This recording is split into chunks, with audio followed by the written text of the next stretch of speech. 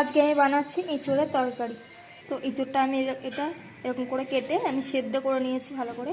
এদিকে আলুগুলো ভেজে রেখে দিয়েছি। এদিকে এই দেখো আমাদের মশলা হচ্ছে, এই দেখো আমাদের মশলা হচ্ছে। তো মশলাতে দিয়ে দিয়েছি, প্রথমে তেল দিয়েছিলাম, তারপরে তেজপাতা, তারপরে পেঁয়াজগুলো একটু ভেজে নিয়েছি বাদামি করে, তারপরে আদা রসুন কাঁচা লঙ্কা টমেটো পেস্ট, তারপর নুন হলুদ একটু দই দিয়ে আর জিরে গুঁড়ো দিয়ে কষিয়ে নিয়েছি।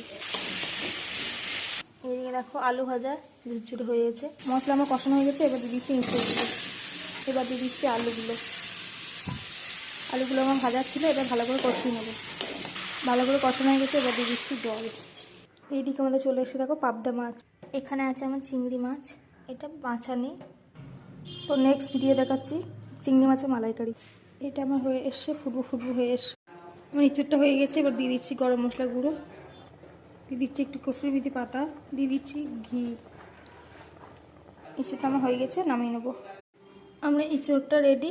তো ভালো লাগলে অবশ্যই লাইক কমেন্ট শেয়ার, যেমন ভালো থাকবে সুস্থ থাকবে। দেখা হচ্ছে পরে ভিডিও।